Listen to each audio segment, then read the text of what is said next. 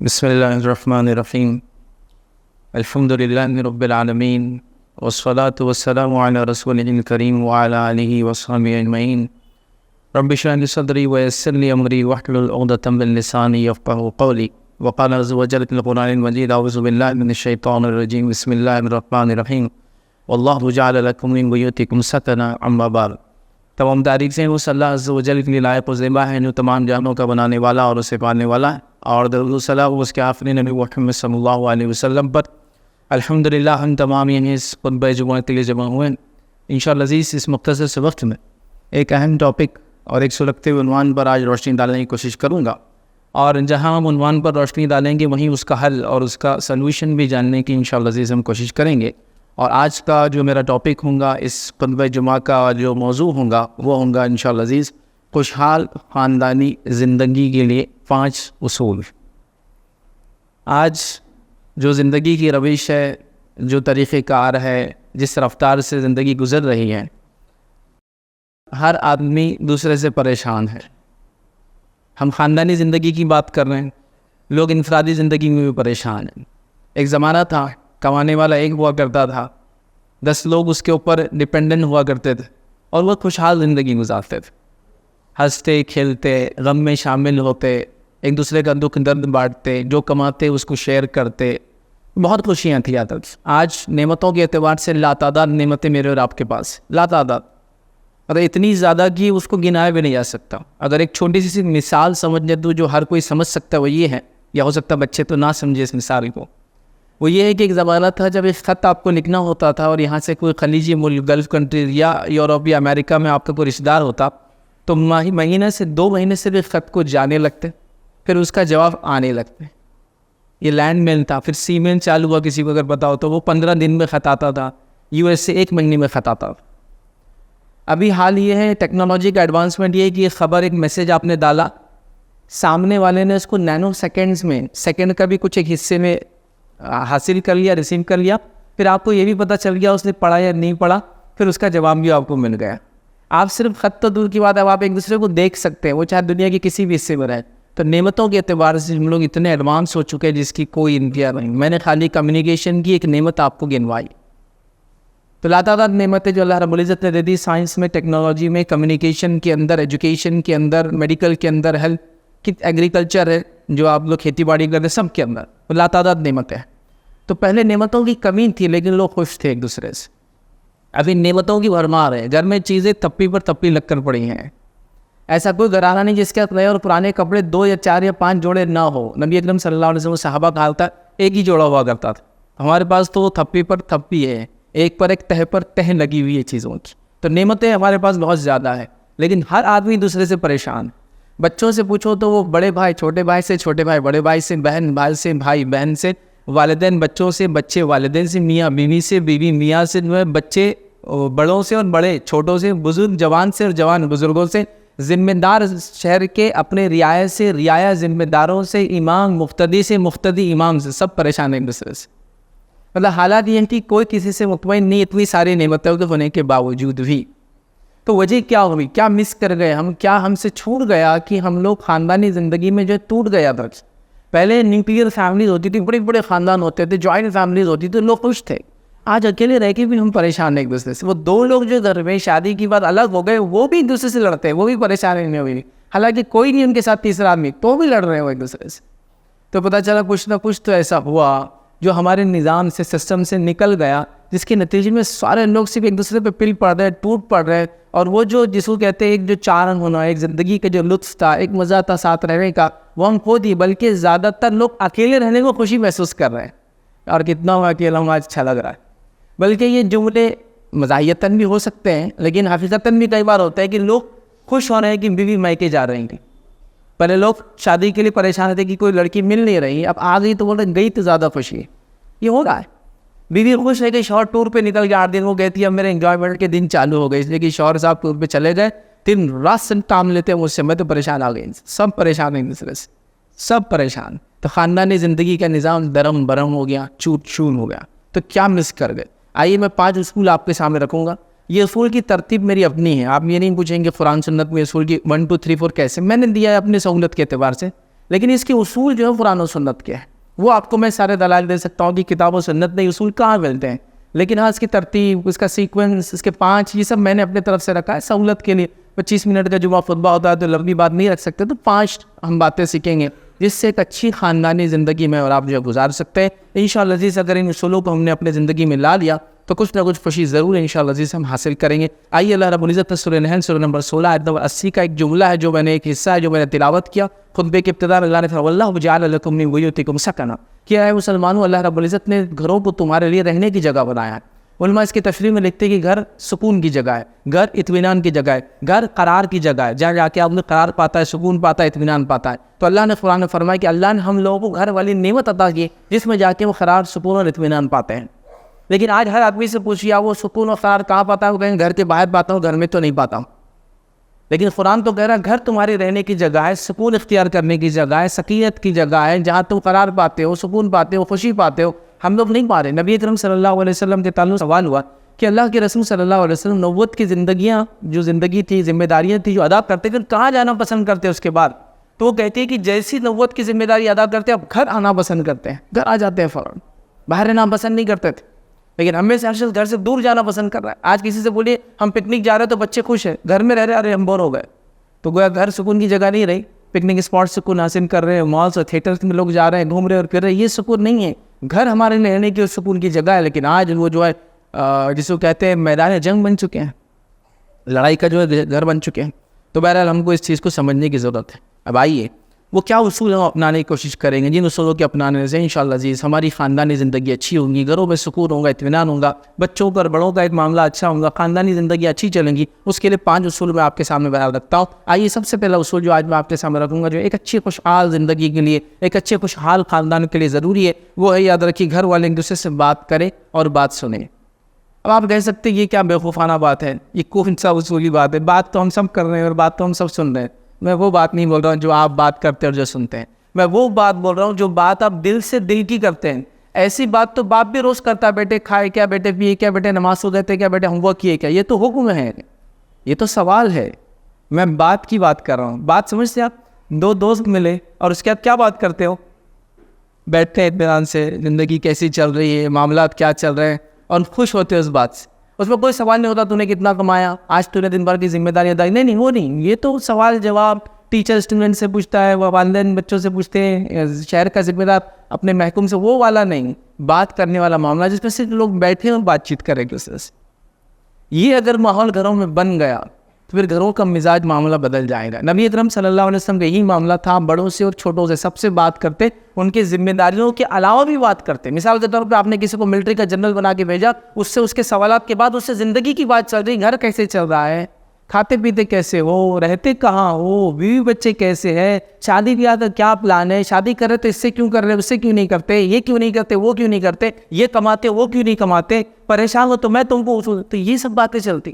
کیا ہمارے گھروں میں یہ ڈسکشن, یہ ماحول ہو رہا ہے؟ یہ موجود نہیں ہے. شوہر آگے بیوی سے پوچھ رہا ہے کہ آج دن بھر کیا ہوا, بچوں نے کیا کیا. یہ تو سوال ہوا, یہ تو حکم جاری کیا آپ نے. میں بول رہا ہوں بات چیت کرنے کا معاملہ, کہ آئے سلام ہوا, بیٹھے ایک دوسرے کے ساتھ, کیسے گزرا آج کا دن. یہ سوالیہ نہیں ہے کہ آج میں بھی تھک کر آیا ہوں تو امید کرتا ہوں تم بھی تھکے ہی ہوں گے گھر میں, کیا چل رہا ہے آج. بچوں سے باپ نے سوال کیا آتا ہے, اب آتے اسکول سے, اسکول میں کیا پڑھے, کوئی ہم سیکھے کیا فلاں, وہ نہیں. آتے کیسا رہا سفر آپ کا, امید کرتا ہوں اسکول اچھا رہا ہوگا, سارا معاملہ صحیح رہا ہوگا. ارے اسکول میں, ارے اسکول تو ہو گیا, اب چلو کچھ دوسری بات کرتے, بیٹھو آؤ میرے ساتھ. یہ والی بات چیت. اگر یہ مسئلہ, یہ بات چیت والا معاملہ, اگر یہ پہلا اسٹیپ ہم نے طے کر لیا, پار کر لیا, تو میں سمجھ سارے مسئلوں کا حل ہے. کیونکہ اکثر جھگڑے, فتنے, فساد خاموشی کی وجہ سے مچتے ہیں, غلط فہمیوں کی وجہ سے مچتے ہیں, بات چیت نہیں کرنے کی وجہ سے ہوتا ہے. ایک آدمی دوسرے کو دیکھتا اور بات نہیں کرتا, یہ جھگڑے کا گھر بنتا ہے. ایک آدمی دوسرے کو دیکھتا اور بات کرتا, اس سے مسائل حل ہوتے ہیں, فتنے ختم ہوتے ہیں, دشمنیاں مٹتی ہے. دیکھیے 2 لوگ لڑتے ہیں تو آپ دیکھیے لڑنے کی اثر ہو جائے گا, 4 دن سے دیکھ رہا ہوں مجھے گھور رہا ہے, ٹھیک ہے. اگر وہ 4 دن سلام کرتا اور بات کرتا تو میں کہتا ہوں 2 بج جاتے ہو 4 دن. یہی ہوتا ہے. بات کرو اور بات سنو ایک دوسرے کی, مطلب ڈسکشن کرو, بیٹھو ایک دوسرے کے ساتھ. گھر کی بات کر رہا ہوں میں, نکڑ چوراہے پہ تو مرد حضرات خوب بات کر رہے ہیں, عورتیں بھی مجلس دعوتوں کے اندر ماں کے ساتھ دن بھر بات میں لگی. میں اس کی بات نہیں کر رہا ہوں, گھر کی بات کر رہا ہوں. گھر میں بات ہو, باپ بچے سے بات کر رہا ہے, بچے آپس میں بات کرتے ہیں, میاں بیوی آپس میں بات کرتے ہیں. ابھی میاں بیوی کا رشتہ اتنا قریب ہونے کے باوجود حال یہ دونوں ایک بستر پہ سوتے ہیں, دونوں کی پیٹھ ہوتی ہے ایک دوسرے کو لگی ہوئی, اور دونوں طرف کٹ کٹ کٹ کٹ آواز آتے رہتے. جیسے انہوں نے جاتے تو بولتے کچھ چھپاتا تو نہیں تم سے, کچھ غلط تو کرتا نہیں, لیکن پرائیویسی کوئی چیز ہوتی ہے. انہوں بھی جیسے انہوں جاتے انہوں بھی اپنا فون بٹا کے رکھ لیتے, نہیں پرائیویسی بھی کوئی چیز ہوتی ہے. ہاں صحیح بات ہے, احترام کرنا چاہیے ایک دوسرے. لیکن یہ کون سا مسئلہ ہوا کہ گھر ایک روم میں اکیلے ہونے کے باوجود بھی ایک دوسرے سے بات نہ کرتے ہوئے دوسروں سے کمیونیکیشن کر رہے ہیں, یہ کیا ہے؟ سمجھ میں یہ نہیں آ رہا. تو یہ آج کل ہو رہا ہے. تو سب سے پہلا اصول, اگر ہم چاہتے ہیں گھروں میں اچھی زندگی ہو, رشتوں کے اندر تناؤ نہ ہو, محبتیں جاگے, تو بات کیجیے اور بات سنیے. ایک بڑے ہونے کے ناطے جب چھوٹا ہے تو بات سنیے. ایک باس ہونے کے ناطے آپ کا کو ورکر آئے تو اس کی بات سنیے. ایک مالک ہونے کے ناطے جو لوگ آپ کا کام کرتے ہیں ان کی بات سنیے, ان کو اپنی بات کہیے. یہ نبی اکرم صلی اللہ علیہ وسلم صحابہ کا ہی معاملہ تھا. اپنے بچوں سے, پڑوسیوں سے, اڑوسیوں سے. نبی اکرم صلی اللہ علیہ وسلم تو دوسروں کے بچوں کو خوش کرتے جا کر ہنساتے. روایت میں آتا ہے, انس بن مالک رضی اللہ عنہ فرماتے ہیں کہ میرا ایک چھوٹا بھائی تھا, اللہ کے رسول صلی اللہ علیہ وسلم روز اس کے پاس آ کر اس کو ہنسایا کرتے. سبحان اللہ, نبی اکرم صلی اللہ علیہ وسلم بچوں کو خوش کر رہے ہیں. ایک مرتبہ آپ آئے تو وہ مایوس تھا, آپ نے پوچھا کیا بات ہے, کیوں مایوس ہے؟ تو انس بن مالک نے فرمایا کہ اللہ کے رسول, اس کی چوڑیاں تھی کل اس نے پالا تھا, وہ کل مر گئی. تو اللہ کے رسول نے کہا ٹھیک ہے, آج تو یہ غم میں ہے, میں کل آ کر اس کو ہنساؤں گا. آپ پھر دوسرے دن آ کر اس کو ہنسانے لگے. تو آپ تو دوسروں کے بچوں کو ہنسا رہے ہیں, ہم کو تو اپنے بچوں سے بات کر رہے ہیں. وفا نہیں, ہمارے ابا نے کو ایسے ہی پالا تھا. وہ ایک زمانہ تھا, وہ ایک زمانہ تھا نا. لوگوں نے تو بچوں کی تربیت ایسے بھی کی, وہ بھی ایک زمانہ تھا. کیا کہو کہ ایسا نیب لگا کے تر چپل پیٹ پہ پڑ جائے تو تربیت ہو گئی. بچہ بھاگ رہا ہے کچھ غلط کر کے, تو ابا دور سے دیکھتے ہیں, چپل لیتے اور اگر پیٹ پہ مار دے تو بولتے تربیت ہو گئی اس کی. گر گیا تو بڑی تربیت ہو گئی. یہ سب سزاؤں کو ہم نے تربیت سمجھا تھا, مار کو ہم نے تربیت سمجھا تھا. اور بڑے خوش ہوتے تھے, اتنا مارا تو بچہ ایسا نکلا. نبی اکرم صلی اللہ علیہ وسلم بچوں کو کبھی نہیں مارا. اگر یہ تربیت کا طریقہ ہوتا تو آپ ضرور مار کر بتاتے ہیں کہ یہ طریقہ ہے تربیت کا. کبھی نہیں, پورے لائف میں. بچے غلطی کرتے تو آپ غلطی کی اصلاح کرتے, لیکن مارا نہیں آپ. تو تربیت کی عادت, بات چیت کرو, بات چیت سنو, یہ پہلا اصول رہیں گا اگر اچھی زندگی ہم چاہتے ہیں خاندان. اور آپ دیکھیں گے اس اصول کو اپنا لو, آپ کل سے گھر کا ماحول بدلنا انشاءاللہ زی شروع ہو جائے گا. دوسرا اصول یاد رکھیے جو گھروں کی خوشحال زندگی کے لیے ضروری, وہ یہ ہے ہر آدمی اپنی ڈیوٹی کیا ہے وہ پرفارم کرے, اپنی ذمہ داری نبھائے, اپنے وہ ڈیمانڈ نہ کرے, اپنے رائٹس ڈیمانڈ نہ کرے. ابھی ہمارے گھروں کا ماحول کیسا ہے؟ شوہر گھر میں جا رہا, بھی بڑے میرے کیا حق ہے, ادھیکار ہے بتائیے. ہاں تمہارا پہلا ادھیکار یہ, دوسرا یہ, تیسرا یہ.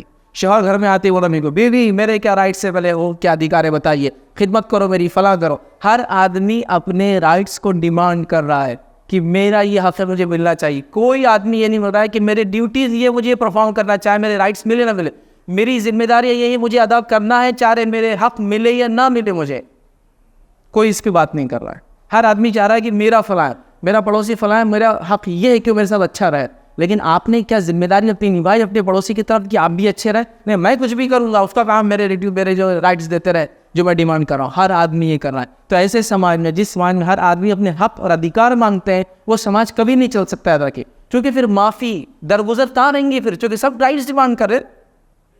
میرا آپ کو دھکا لگ گیا تو آپ بولے میرا رائٹ یہ ہے کہ دھکے کے بدلے اتنی پاور تک دھکا دوں گا میں تجھے. درگزر کرنے کا معاملہ آئے گا یہاں ذمہ داری جائیں گا, ٹھیک ہے بھائی معاف کرتا ہوں میں تمہیں, چلو جاؤ نیکسٹ ٹائم مت کرو, یہ ہوگا. لیکن کون میں نہیں رہی عادت. تو ہر آدمی اپنے ڈیمانڈس کر رہا رائٹ. بچے بھی دیکھیے باپ سے, ابا میرا حق یہ ہے کہ تم مجھے اچھا پڑھاؤ. ہاں بیٹا ہے, تو وہ بھی اپنا ڈیمانڈ ہی کر رہا رائٹس. ڈیوٹیز جو پرفارم کرنا ہے, والدین کے لیے جو عاجزی, ان کے ساری خرچ خدمت, وہ کچھ بھی نہیں ہے, لیکن مجھے جو میرے حق ملنا چاہیے. بچے باپ کے نام سے, ماں باپ کے نام سے کمپلین کر رہے ہیں گلیوں, ماں باپ نے تربیت نہیں کی ہمارے پر, فلاں نہیں. تو یہ اپنے رائٹس کی بات کر رہا ہے, لیکن اپنے ڈیوٹیز جو اس کو کرنا چاہیے تھا ماں باپ کے لیے کیا کیا اس نے, وہ نہیں سوچ رہا ہے کوئی. یاد شوہر ڈیمانڈ کر رہا ہے اپنے حق, بیوی ڈیمانڈ کر رہی ہے اپنے حق, والدین ڈیمانڈ کر رہے ہیں اپنے حق, بچے ڈیمانڈ کر رہے ہیں اپنا حق, پڑوسی ڈیمانڈ, سب ڈیمانڈنگ موڈ میں ہے. تو کیسے یہ سماج چلے گا؟ معافی کہاں رہیں گی, درگزر کہاں رہیں گا, غلطی کو برداشت کرنا کہاں رہیں گا, عاجزی اختیار کرنا کہاں رہیں گا, ان کے ساری کس کو بولیں گے؟ کچھ بھی سب غائب ہوگا. نتیجہ یہ ہو گیا, یاد رکھیے کہ ہر آدمی مانگنے کے لیے کھڑا ہے, دینے کے لیے پکڑا ہے. اگر میں سمجھو خطبہ لے رہا ہوں پڑوسی کی حقوق, تو وہ میں ہی بن جاتا ہوں پڑوس, اور بازو والا ظالم رہتا, ہاں فیض بھائی نے بہت صحیح بولے اس کے بارے میں, وہ ایسا ہے. کبھی یہ نہیں سوچ رہا ہوں کیا میں تو ایسا نہیں. صحابہ پہ آئے تھے نازل ہو رہی قرآن کی منافقین کے لیے, اور صحابہ اپنی نفوس کو اپنے آپ کو ڈال کے کرے تھے, میں تو نہیں ہو گیا. پڑوسی کو نہیں سوچ رہے, منافق کو نہیں سوچ رہے, اپنے آپ کو دیکھ رہے ہیں. تو میرا حق بھی یہ ہونا چاہیے کہ میں اپنے آپ کو دیکھوں کہ جب میرے سامنے کوئی کہہ رہا ہے کہ پڑوسی کی حقوق, تو میں دے رہا ہوں کہ یہ سوچنا چھوڑ کے مجھے مل رہے نہیں مل رہا تھا یہ سوچتا, وہی ہو گیا نا. ہمارے حق کیا ہے ہم کو وہ چاہیے, دینا کسی کو نہیں دوسرے کے حق. جب تک یہ نہیں ہوگا خاندان میں نہیں چل سکتے. خاندان میں بھی سب یہی کریں, بچے بڑوں سے آپس میں ہی چلا, بڑے بھائی کا کیا ہوتا ہے اس کی بات سنو, اس کا پھٹکا کھاؤ. چھوٹا بھائی بولتا کب تک کھائیں گے ہم بھی کیا کریں گے, پھر اصول کے مطابق آنکھ کے بدلے آنکھ اور دانت کے بدلے دانت والے رول پہ چلیں گے, ہم بھی بدلا لیں گے. سب وہی کر رہے ہیں. تو لہٰذا دوسرا اصول, اپنے حق نہیں مانیں گے, ذمہ داریوں کو پہلے ادا کریں. ماں باپ یہ نہیں کہیں گے کہ بچوں پہلے ہماری عزت کرو, ہم پہلے ان کے حق دیں گے, ان کی عزت کریں گے. ماں باپ یہ نہیں بولیں گے کہ اب تم بڑے ہو کما کے کھلاؤ, پہلے ہم کھلائیں گے, حلال روزی بڑا کریں گے, پھر دیکھیے وہ روزی کا اثر ہی رہے گا, وہ خود آپ کو کرنے والے ہیں. تو اپنا کام ان کرنا شروع کر دیں گے بنسبت اس کے کہ ان سے ڈیمانڈ کرے وہ کیا کرے. دوسرا اصول, یہ قرآن اور سنت کے اندر بڑے بڑی یہ باتیں میں سمجھتا ہوں عام اصول ہیں. تیسرا اصول یاد رکھیں کہ ایک اچھی زندگی کے لیے, خوشحال جو ہے خاندانی زندگی کے لیے ضروری ہے گھر میں دینی ماحول کا عام ہونا. آج ہمارے گھروں میں دینی ماحول عام نہیں ہے, یاد رکھیے, سب کو ماننا پڑے, سب کو ماننا پڑے گا. تو اتنا کم دینی ماحول ہے کہ بچوں کو بنیادی اصطلاحات جو ہوتی ہے, ڈیفینیشنز جو ہوتے ہیں, جو چیزوں کو تعارفی چیزیں ہوتی ہیں نا, کہ طہارت اس کو بولتے ہیں, وضو اس کو بولتے ہیں, مصلی اس کو بولتے ہیں, ہاں سترہ اس کو بولتے ہیں, اور نماز کی جگہ کو فلاں بولتے ہیں, وہ بھی نہیں معلوم بچوں. تو بنیادی اصطلاحات ہوتی ہے, جب آدمی اس ماحول میں رہتا ہے تو سیکھ لیتا ہے. چلیے اردو میں نہیں پتا لیکن انگلش میں عربی میں تو پتہ ہونا چاہیے, وہ بھی نہیں آتا, تو ورنہ دینی ماحول نہیں آتا. تو ہمیں اپنے گھر میں دینی ماحول بنانا ہے. اس دینی ماحول کے نتیجے میں انشاءاللہ عزیز گھر کے اندر ہی خوشحال ماحول رہنا ہے. تو دینی ماحول کے لیے ہم نے کیا محنت کی بتائی ہے. ایسے کتنے لوگ ہیں جس میں سے ہم نے کوشش کی اپنے گھر کے اندر ایک سیرت کی کتاب لا کے رکھی اور یہ کہا کہ ہم لوگ اس کو پڑھیں گے کبھی. ایک قرآن کا اپنے لیے سب کیا, میں خاندان کے لیے بول رہا ہوں. میں نے لایا قرآن کا ترجمہ رکھ دیا, میں کبھی بار پڑھتا ہوں, میں سب کے لیے بول رہا ہوں. کوئی ایک سسٹم بنایا گھر میں روز صبح بیٹھنے کا, کچھ پڑھنے کا, کچھ سننے کا, کچھ سنانے کا, یا کوئی ماحول کی مسجد وغیرہ کے اندر بچے جائیں, وہاں سیکھے سکھائے. اب تو بچے بہت مشکل سے مسجد میں جاتے ہیں, بس وہ عربی وغیرہ کے لیے جاتے ہیں. پہلے ایک ماحول تھا جس کے اندر بچے مسجد کی خدمت بھی کرتے تھے. یاد ہے آپ چھوٹے ہوں گے تو مسجد کا ہاؤس سب نے دھویا ہوگا, وہاں کی مچھلیاں جمع کی ہوں گی, صفائی کرتے تھے. کچھ تو بھی کانٹیکٹ تھا. اب تو نئی نسل کا کسی سے بھی کوئی رابطہ نہیں, نہ مسجد سے, نہ گھر سے. نکڑ چوراہوں پہ بھی اب بچے نہیں دکھتے. ایک دعوت میں بھی اگر 10 لوگ بیٹھے ہیں تو سب کی پیٹ ہوتی ہے ایک کی طرف, سب موبائل میں رہتے ہیں, تو وہ جڑے ہوئے کسی اور سے ہی ہے. سبحان اللہ. تو اب وہ ماحول میں نہیں رہا, تو مسجد سے کوئی لگاؤ اور جڑاؤ نہیں ہے, انتظامات نہیں ہے بچے اور عورتوں کے لیے کوئی سیکھنے اور سکھانے کے. ہاں اسی طرح جو کوئی جماعتی نظم میں لوگ عموماً جڑے ہوئے نہیں ہوتے کہ جہاں جا کر کچھ سیکھ لے, چاہے جس جماعت میں آپ ہو, جس جگہ جاتے ہو, کوئی سسٹم نہیں ہے. لوگوں کا حال یہ ہو چکا ہے کہ ایک 90% زیادہ آبادی ایسا لگتا ہے کہیں سے جڑاؤ نہیں ہوتا. مسجد وغیرہ چلی جاتی, شادی بیاہ اسلام کے مطابق کرتے ہیں, بس مریں گے تو دفنا دیے جائیں گے, باقی کوئی لینا دینا نہیں, تو مسلمان کیا ہوتا ہے وغیرہ وغیرہ وغیرہ. تو لہٰذا گھر میں ایک دینی ماحول بنائیے, یہ بہت ضروری ہے. تربیت کا نظم یاد رکھیے. میں آپ کو کہیں ایسی مثالیں دیتا ہوں بڑی بڑی جس کے اندر آپ پریشان ہو جائیں گے. کیا یہ بھی مسلمان تھے؟ ہاں مسلمان تھے. ایک ایک نسل کے اندر تبدیلی آ گئی, محنت, تربیت اور تعلیم نہ دینے کا دینی یہ نتیجہ یاد رکھیں. میں آپ کو بتا سکتا ہوں, US کے پریسیڈنٹ براک اوباما, آپ نے سنا نا, براک اوباما کے والد کا نام ہے حسین, یہ مسلمان تھے. یہ انڈونیشین مسلمان تھا یہ شخص, اس کا بیٹا کرسچن ہے اور یہ امریکہ کا پریسیڈنٹ بنا ہے. اسی لیے اس کا پورا نام نہیں لکھا ہوا تھا, چونکہ لوگ آبجیکشن لیتے کہ یار یہ مسلمان ہے. وہی اس کا والد مسلمان. ہاں پچھلا جو گزرا ہوا جو برٹین کا پریسیڈنٹ تھا یاد رکھیے, اس کا نانا جو ہے حافظ قرآن مسلمان اور ترک نسل کا تھا. اور اس کی دیکھی بیٹی نے جو ہے نکاح کی ایک عیسائی سے, اور اس سے جو اولاد ہوئی وہ بن. تو ایسے ایک ایک نسل کے اندر زندگیاں تبدیل ہو جاتی ہے. ایک نسل کی بات کر رہا ہوں 25 سال.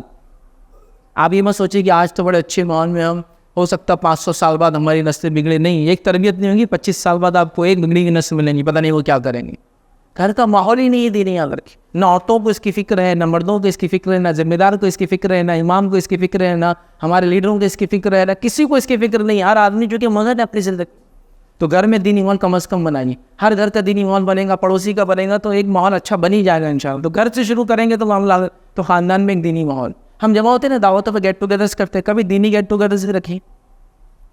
ہم کھانے وغیرہ پہ جمع ہوتے تو کبھی ایسے کھانوں کا نظر رکھیں جس میں غریبوں کو بلا کے ہم کھلائیں گے اور ہم لوگ دینے والے رہیں گے. اس سے ایک اخوت جاگتی ہے, محبت جاگتی ہے, ایک سوشل ورک جاگتا ہے نا, ہوتا ہے نا کچھ نہ کچھ بھی نہیں ہے کوئی سسٹم. میری صبح 10 بجے ہوتی ہے, میرا بزنس 1 بجے سے چالو ہوتا ہے, میں رات 12 بجے تک بزی رہتا ہوں, پھر جا کے جانوروں کو اجازت سو جاتا ہوں بستر پر, پھر صبح 10 بجے میری ہوتی ہے نا. تو یہ ہماری زندگی ہو چکی ہے, یاد رکھیے, بہت خطرناک یاد رکھیے. تو لہٰذا آپ کو بہت محنت کی ضرورت ہے. یاد رکھیے تو یہ تیسرا اصول یاد رکھیے تھا، وہ یہ ہے کہ دینی ماحول بنائے گھروں کا. اب کیسے کر سکتے ہیں آپ دیکھیے، آپ شروع کیجیے. بس میں ریکویسٹ کر سکتا ہوں کہ قرآن کی تفسیر، ایک سیرت کی کتاب ضرور لائیے اور ہر الٹرنیٹ دن پڑھنے کی کوشش کیجیے. مطلب ایک دن سیرت تو ایک دن قرآن کی تفسیر، پھر ایک دن سیرت. ایک 10 منٹ گھر میں رات میں 9 بجے بتائیے، 10 بجے بتائیے، سونے سے پہلے کیجیے، فجر کے بعد کیجیے، ظہر کے بعد، شروع تک کیجیے، سب لوگ جمع ہو اس پر، پھر ڈسکشن ہو، موضوع ہو، بات چیت چھڑے گی، کیا تھا، کیا سنا، کیا ہوا. دیکھیے آپ گھر کا ماحول انشاءاللہ بدلیں گا. چوتھا اصول یاد رکھیں، وہ یہ ہے کہ بچوں کو جلد سے جلد نکاح کے لیے تیار کریں. بچوں کی جلد سے نکاح کریں نہیں بول رہا ہوں میں، پھر سے سنی میری بات. بچوں کو جلد سے جلد نکاح کے لیے تیار کیجیے.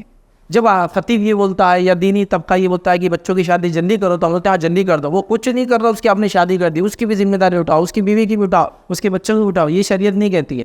جلد سے جلد اپنے بچوں کو شادی کے لیے تیار کیجیے. مطلب ان کے جلدی سے جلدی ان کو روزگار سے لگائیے، صلاحیت مند بنائیے، فیصلہ لینے والا بنائیے، گھر کا ذمہ داری اٹھانے والا بنائیے، عورت ذات کو سمجھنے والا بنائیے، بچوں کی ذمہ داری اٹھانے کے لیے تیار کیجیے اور پھر اس کا نکاح کیجیے. کچھ نہیں کر کے جلدی نکاح کرنا یہ سب سے بڑی بیوقوفی کا کام ہوتا ہے. جس نے یہ کیا وہ پچھتایا سر.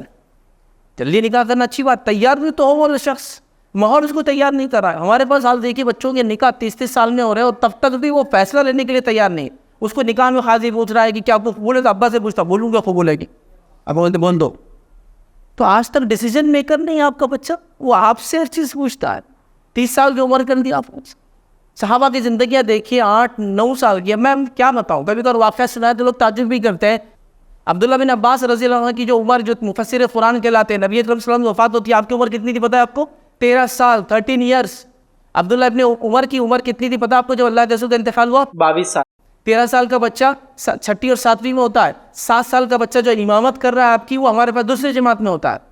تو یہ اتنے کیسے ٹیلنٹڈ ہو گئے تھے؟ کوئی اسپیشل چیزیں نہیں کھاتے تھے، وہ عام لوگ تھے. وہ ان کی تربیت ہوئی تھی، ان کی تربیت کی گئی تھی کہ وہ 7, 9, 11, 13 سال. میں عائشہ کی عمر کتنی تھی جب اللہ کے رسول صلی اللہ علیہ وسلم کا انتقال ہوا؟ 18 سال، 18 ایئرس. 36 سے زیادہ صحابہ نے آپ سے علم سیدھا سیکھا جیسا ایک استاد سے سیکھتے ہیں. سووں کی تعداد میں صحابہ عزت سے آ کے آپ سے سوالات کیا کرتے تھے کہ مائیں فلاں مسئلہ ہے کیا ہے. 18 سال عمر تھی جو آپ سے کی وفات ہوئی، انتقال ہوا. اندازہ نہیں. آج تو ہمارے پاس 18 سال ہے، بچے کوئی تمیز نہیں ہے، تو کیسے اس کی شادی کریں گے بھی؟ تو کرے گی کیا؟ تو اس کو ریڈی کرنا پڑے گا. اس کو علم، فن، ہنر، سمجھ سب دینا پڑیں گے اس کو کہ وہ اپنے اطراف کی چیزوں کو سمجھنے والا بنے. ایک بچہ آپ کا ڈاکٹر انجینئر بنے یا نہ بنے، وہ ایک اچھا انسان بنے، سب سے اہم چیز. اور اچھا انسان ہی اچھا مسلمان بنتا ہے. یہ بات بھی یاد رکھ لیجیے. کوئی نہیں بول سکتا میں اچھا انسان ہوں لیکن اچھا مسلمان ہو ہی نہیں سکتا. تو ایک اچھا انسان بنے، ایک اچھا مسلمان بنے، اس کے بعد وہ جو چاہے بنے، انشاءاللہ عزیز پرفیکٹ بنے گا. کچھ بھی بنے، پھر یہاں تک کہ وہ اپنے جوتے بھی سیئیں گا کسی کی تو پرفیکٹ اس کے احسان تک لے جائیں گا اس فیلڈ کو، اور لوگ کہیں گے اس سے اچھا تو کوئی آدمی اس فن میں نہیں ہے. تو یہ چیز بچوں کو تربیت دینا پڑے گی. ان کو شادی کی عمر سے پہلے، کم سے کم عمر شادی کرنا چاہیے، اچھی بات، لیکن اس سے پہلے ان کو تیار کیجیے تاکہ وہ ذمہ داریاں سماج کے اٹھانے کو ہو جائے. ورنہ بس شادیاں تو ہوں گی، اور حالات یہ بتائے جا رہے ہیں 30 سے 40% طلاقوں کے در یہاں ہو چکے ہیں. ہمارے پڑوسی ممالک میں 70% طلاق کی در ہے، جو دونوں مسلم میجورٹی ممالک ہیں. 70%، مطلب 70 شادیاں 100 میں سے ٹوٹ جاتی ہیں. تو یہ تبھی ہوتا ہے جب بچے کی شادی تو آپ کر دے رہے جلدی یا دیر سے، تبھی تیار نہیں ہو شادی کے لیے. وہ اپوزٹ کو سمجھتا نہیں ہے، دوسرا فریق کو سمجھتا نہیں ہے، بچوں کی ذمہ داری اٹھانے کو تیار نہیں ہے. وہ بچوں کو اپنا نوکر و غلام سمجھ رہا ہے، بیوی کو فلاں سمجھ رہا ہے، بیوی شوہر کو جو ہے کچھ تو بھی پلاننگ کر کے ہی آ رہی ہے کہ اس کو کنٹرول میں رکھنا ہے. بس سب ایک دوسرے کے پیچھے بس پڑے ہوئے جائیں. تو بہرحال یاد رکھیے، بچوں کی جلد سے جلد نکاح میں آپ کو تیار کرنے کے لیے ان کو ریڈی کرنا ہے کہ ان کا ڈیسیجن میکر بنائیے، ارنر بنائیے، ان کو انگیج کیجیے، ان کو اسکل سکھائیے، ان کو اس کے لیے ریڈی کیجیے. تبھی ہو سکتا ہے جب بچوں کو ہم بڑا سمجھیں. میں آپ کو بتاتا ہوں، ایک مثال دیتا ہوں جو میں نے خود جیتی جاگتی مثال دیکھی. میں ایک اسکول کے اندر گیا جہاں ٹیکنیکل کورسز، آئی ٹی کے کورسز، جہاں کمپیوٹرس تھے، سی پی یو لیول کی پروگرامنگ سکھائی جاتی تھی وغیرہ وغیرہ. اس کالج میں جب میں گیا اور میں نے کہا کہ یہاں کے ٹیچر سے مجھے ملنا ہے، تو وہاں بس ٹیچرس نہیں ہوتے، وہاں بس مینٹرس ہوتے ہیں. میں نے کہا ٹھیک ہے، ان مینٹرس سے ہم ملیں گے. کون ہے وہ؟ جو لوگ مربی بولتے ہیں اس کو عربی کے اندر، ٹیچر معلم ہوتا ہے. تو کون ہے وہ مربی جو سکھا رہے مینٹر؟ تو ملایا گیا تو آپ یقین نہیں جانیں گے، 7, 8, 9, 10 اور 11 سال کے بچوں سے مجھے بلایا. کہا یہ ٹیچر سے، یہ مینٹر سے جو کلاس لیتے ہیں، ہمارے پاس کوئی ٹیچر نہیں، یہ فری پڑھاتے ہیں. آگے یہ پچھلے سال سیکھ کے گئے تھے، ان میں ہم نے صلاحیت پیدا کی، یہ اس سال سکھاتے ہیں. آگے 7 سال کا بچہ ٹیچ کر رہا ہے. یقین جانیے آپ اس کے سامنے جو بچے بیٹھے تھے 60 ٹیچرز بیٹھے تھے, 60 ٹیچرز بیٹھے تھے جو کمپیوٹر کے BCA کورس کو پڑھاتے تھے. وہ اس بچے سے جو 8 سال کے سیکھ رہے تھے CPU لیول کی پروگرامنگ. تو جب بچوں کو تربیت کیا جاتا ہے تو عمریں صرف نمبرز رہتے ہیں, یہ صرف وہ ویلیوز نہیں ہوتی, وہ ان کی عمروں سے آگے جاتے ہیں. اسی لیے وہ صحابہ 7 سال میں نماز پڑھا رہے ہیں تو 11 سال میں مفسر بنے ہیں. تو 17 سال کے اسامہ بن زید ہے تو لشکر جو روم سے لڑنے جا رہا ہے اس کے سپہ سالار ہے. معلوم سپہ سالار کی ذمہ داری, اس کا ایک غلط ڈیسیجن ساروں کی جان چلی جائیں گی, لیکن وہ 17 ایئرس پہ اتنے ڈیولپ ہو چکے تھے کہ وہ اب ذمہ داری اٹھا سکتے تھے. تو اپنے بچوں کو جلد سے جلد شادی کی ذمہ داری کے لیے تیار کیجیے. نکاح بھی جلدی کیجیے لیکن ذمہ داری سب سے پہلے وہ سنبھال. 5 اور آخری پوائنٹ جو آج ہم لیں گے وہ یہ ہوگا, یاد رکھیے برائی سے کہاں سے آ رہی ہے اس کو پہلے سے سمجھیے اور اپنے خاندان کو بچانے کی کوشش کیجیے. برائی کہاں سے آ رہی ہے؟ ابھی برائی کہاں سے آ رہی ہے؟ سوشل میڈیا کے تھرو برائی آ رہی ہے, انٹرنیٹ کے تھرو برائی آ رہی ہے. ٹی وی تو بیچارہ وہ پیچھے سے دیکھ رہا خالی کہ میں تو اب کچھ برائی پھیلا ہی نہیں پا رہا, میرا تو پرسنٹیج ہی کم ہو گیا. ہینڈ سیٹ سے چونکہ اس کا مات دے دی اس کو, ہے نا. اس کے بعد ڈرگس کے تھرو برائی آ رہی ہے, زنا کے تھرو برائی آ رہی ہے, فحش کے, مطلب این نمبر آف چیزیں میں آپ گنا نہیں سکتا آپ کو اتنے سے پمپے کے اندر 2-4 منٹ کے اندر کئی برائی آ رہی. تو آپ کو سمجھنا ہے کہ میرے خاندان میں برائی کہاں سے آ رہی ہے اور میں کیسے روکوں گا اس کو. خاندان کے ذمہ دار کو یہ نہیں معلوم کہ برائی کہاں سے آ رہی ہے, بلکہ وہ خود برائی میں ڈوبا ہوا ہے اور اپنے بچوں کو کہہ رہا ہے بیٹا یہ کیسے کرتے مجھے ذرا بتاؤ. یہ ہوا. دیکھیں لاک ڈاؤن کے پہلے کا ماحول بالکل الگ تھا, اس کے پہلے کے میرے خطبے بھی الگ. لاک ڈاؤن نے جو برائی لائی وہ ایک عجیب قسم کی تھی. مطلب بوڑھے سے بوڑھے آدمی کو ویب سیریز کیا ہوتی پتہ چل جائے. اب جناب ویب سیریز 150 پہلے ایپیسوڈ کی سیریز, 150 دوسرے ایپیسوڈ کی, 150 تیسرے ایپیسوڈ کی, 150 5واں سیزن, اور پورے سیزن دیکھ لیا. اب تھک گئے وہ سیزن دیکھ. اب پھر دوسرا باپ کا ختم ہو گیا تو دادا کا ختم ہو گیا تو باپ کیا رہے, باپ کا فلم ختم ہو گیا تو بیٹے کے سیزن چالو ہو گئے, بیٹے کے سیزن تو پوتے کے سیزن چل رہے, اور وہ چلتے جا رہی. پھر وہ ختم ہو گیا تو فلاں میں دیکھنا شروع کر دیا, یہ ویب سیریز اور وہ فلکس اور یہ فلاں اور وہ ویڈیو سب اس میں لگ گئے. تو اب کیا ہو گیا, ایک عجیب ماحول بن گیا. ابھی گھر کے اندر دادا بھی بیٹھے ہیں اور بچوں کو پتا ہے دادا یہ سیریز چلتے ان کی, ابھی اس کا یہ ایپیسوڈ چل رہا ہے, ان کا ڈسکشن بھی چل رہا ہے, دادا کیا چل رہا, ارے اپنے ہیرو نے اتنی حد تک پہنچ دیا, اتنا مار دیا, فلاں کر دیا, یہ کر. اور بڑی تعجب کی بات ہے کچھ لوگ اس کو دین کے پھیلانے کا ذریعہ بھی سمجھ رہے ہیں, مطلب عقل مارے گی. ہر قوم نے اپنے مذہب اور مذہبی رہنماؤں کے لیے سیریز بنا دی ہے. آپ کیا جوش دے رہے ہیں, مطلب کس کو دیکھ کے جوش لے رہے ہیں؟ قرآن و سنت کے آپ کے لیے کافی نہیں تھا دین کو سمجھنے کے لیے, یہ سب تھا. تو وہ لاک ڈاؤن کے بعد دادا بھی لگے ہوئے, ابا بھی لگے ہوئے, بچے بھی لگے. تو یہ اب کیا ہو گیا, برائی کامن ہو گئی. تو برائی کہاں سے آ رہی ہے سمجھنا ہے. برائی میڈیا کے تھرو سب سے پہلے آتی ہے. دوسرا, برائی کی کئی اقسام ہے جو ماحول میں چل رہے ہیں. اخلاقی برائیاں آ رہی ہیں, جسمانی برائیاں جو زنا کی شکل میں, شراب کی شکل میں, نشوں کی شکل میں کر رہے ہیں, اور کئی برائیاں. یہ سب برائیوں کو آپ کو سمجھنا ہے اور برائی کو دیکھنے کے بعد اپنے بچوں کے ساتھ ڈسکس بھی کرنا ہے بیٹھ کر کے. دیکھو بیٹا مجھے پتا چلا کہ کوئی ایسی برائی ہے جس میں لوگ ایسا نشہ کرتے ہیں, میں امید کروں گا کہ تم سب کچھ کرنا بیٹا, کبھی غلطی مت کرنا. اور بچے بولے اچھا ایسا بھی ہوتا ہے, ان کو انفارمیشن ہم دیں گے. پھر کہیں گے اس کو نہ بولنا بیٹا, جب بھی سامنے کہنا میں یہ کام نہیں کرتا, مجھے پہلے میرے والدہ نے بتایا یہ غلط ہے. میرا بچہ اب جوان ہو گیا اور اس دہلیز پہ چلا گیا, کیا وہ اس کا جسم ڈیولپ ہو گیا, اب وہ ایک مختلف انسان, مطلب وہ بچے سے مرد بن رہا ہے, تو میں اس کو بتاؤں گا بیٹا تم کو نہ بولنا سیکھنا ہے, اس لیے کہ دنیا میں فتنہ ہے, لوگ تم کو اپنے طرف بلا سکتے ہیں, تم نے نہ بولنا سیکھنا چاہیے. جیسا یوسف نے نہ کہا تھا اس آفر کو جو زلیخا نے دیا, نہ بولنا سیکھنا ہے. اور یہ ہوتا ہے, لوگ تم کو بلا سکتے ہیں, برائی کی طرف بلا سکتے ہیں, زنا کی طرف بلا سکتے ہیں, عشق مزاجی کی طرف. تم نے بولا نہیں میں یہ نہیں کرتا, ایک میں مسلمان ہوں, تو اس کو بولنا سکھائے. اس کو ڈرگس کے خلاف نہ بولنا سکھا. اس کو کوئی بتائے کہ یہ دیکھو تو وہ کہے نہیں میں یہ چیز نہیں دیکھتا ہوں, چونکہ میرے والدہ نے پہلے سکھا دیا یہ چیز نہیں دیکھ سکتا ہوں. نہ بولنے والا بنے. کوئی اس کو آفر کرے یہ پیو, وہ کہے کہ جزاک اللہ, میں لیکن یہ کام نہیں کرتا ہوں, اور امید کرتا ہوں آپ بھی اس کو چھوڑ دیں گے, اور دعا کروں گا اللہ تعالیٰ سے وہ پیچھے نہ جائے.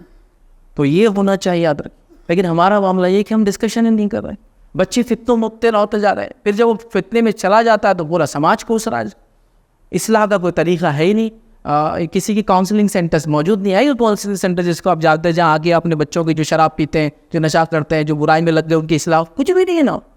تو صرف کوسنا ہے سوال. مطلب ایک آدمی زانی بن گیا تو کمپلیٹ زنا کر اور زنا ہی کر پوری زندگی. تو شرابی بن گیا تو پورے زندگی شراب پی, چونکہ ہم کوستے رہیں گے, اصلاح تو تیری کرنے والے ہے نہیں. تو سسٹم نہیں ہے سدھار کا, بگاڑ سمجھ نہیں رہے, تو کیسے ہوگا؟ تو کم از کم اپنے خاندانوں میں تو بنائیں گے ایسا سسٹم کہ جہاں بیٹھ کر ڈسکس کریں, بیٹے برائی یہاں سے آ رہی ہے اور ایسی ایسی رفتار سے آ رہی, آپ لوگ یہ مت کرنا, یہ کرنا, یہ حلال ہے, یہ حرام ہے, یہ کرو, یہ مت کرو, یہ سب سکھائیے اپنے خاندان میں. تو انشاءاللہ عزیز پھر ایک خوشحال زندگی کی طرف ہم بڑھ سکتے ہیں. تو بہرحال اس مختصر سے وقت میں, اس جمعہ کے خطبے میں جو مجھے مناسب لگا, خوشحال یا ایک بہترین خاندانی زندگی ہم کیسے گزارے، اس کے 5 اصول میں نے آپ کے سامنے رکھے. سارے کے سارے اصول قرآن و سنت سے ثابت ہوتے ہیں. یاد رکھیں ہمیں چاہیے کہ ان تمام کو ہم عمل میں لانے کی کوشش کریں. اور ہمیں ظاہر سے چھوٹے چھوٹے قدم سے چیزیں شروع ہوتی ہے. بڑا کوئی تبدیلی اچانک نہیں آتی، چھوٹی چھوٹی تبدیلیوں سے بڑی بڑی تبدیلیاں آتی ہیں. اسٹارٹ تو لیجیے، چاہے آپ جہاں بھی ہو، آج جس بھی برائی میں ہو یا جس لیول پر ہو وہاں سے شروع کیجیے. اللہ تعالیٰ دیکھیے انشاءاللہ اس کامیابی دیں گا. میں اپنی بات کو اسی میں ختم کروں گا. اللہ رب العزت سے دعا کہ اللہ سبحانہ تعالیٰ ہم تمام کو اپنے خاندانوں کی اصلاح کرنے کی توفیق عطا فرمائے. ہم تمام کو آپس میں محبت اور الفت کے ساتھ رہنے کی توفیق عطا فرمائے. اللہ رب العزت مسلمانوں کو آپس میں درگزر کرنا، معاف کرنے کا جذبہ جگہ. اللہ رب العزت جو مفروض ہیں ان کے خرچ کی ادائیگی میں آسانی کرے، جو بیوہ ہیں ان کے نکاح کے اندر آسانی کریں، جو عورتیں ہیں جن کے نکاح نہیں وہ ان کے نکاح کے لیے اللہ تعالیٰ آسانی کرے. جب تک ہمیں زندہ رکھے ایمان اور اسلام پر زندہ رکھے، خاتمہ ہمارا ایمان پر ہو. وآخر دعوانا ان الحمد للہ رب العالمین. سبحان ربک رب العزت عما یصفون وسلام علی المرسلین والحمد للہ رب العالمین.